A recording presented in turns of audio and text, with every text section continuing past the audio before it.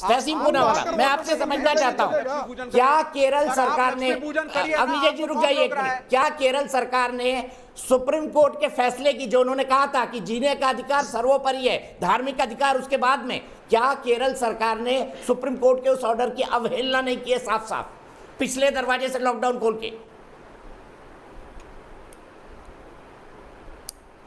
मुझे ये लगता है कि केरल सरकार बिल्कुल ही गलत है और मैं हैरान हूँ कि माननीय सुप्रीम कोर्ट को इसे स्ट्राइक डाउन करना चाहिए था। ज़िंदगी से ऊपर कुछ नहीं है।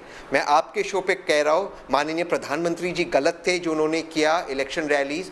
बाकी किसी, अगर आपने त्यौहार में आप कोविड रिस्ट्रिक्शंस को ईज करते हो वो गलत है, जो कुंभ मेला हुआ वो गलत था, और ईद में ये जो अगर खोलेगी केरल सरकार वो भी गलत है।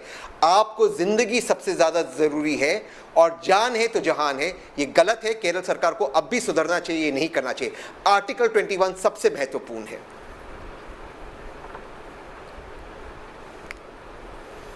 ठीक है, विवेक श्रीवास्तव जी, गलती करिए, माफी मांगेंगे कि बकरीद पे हमने कर दिया, गलती हो गई, माफ कर दे, देश से माफी मांग लीजिए। तहसीन, मैं विवेक जी को यही कह रहा हूं, माफी मांग लीजिए। नहीं है सर, कोई गलती नहीं है। आप इसे धर्म का रंग दे रहे हैं।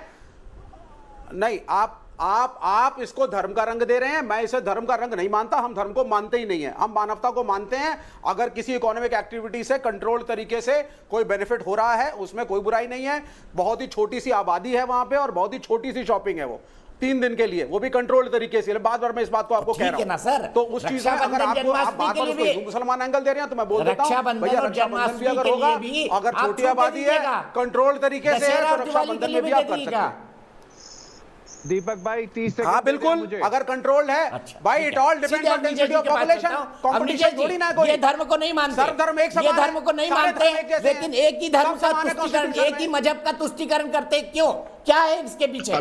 अभी दीपक, गोपाल कृष्ण अग्रवाल जी भी जुड़ गए, भारतीय जनता पार्टी के राष्ट्रीय प्रवक्ता, और अग्निजय जी के बाद माजिद हैदरी और फिर गोपाल जी।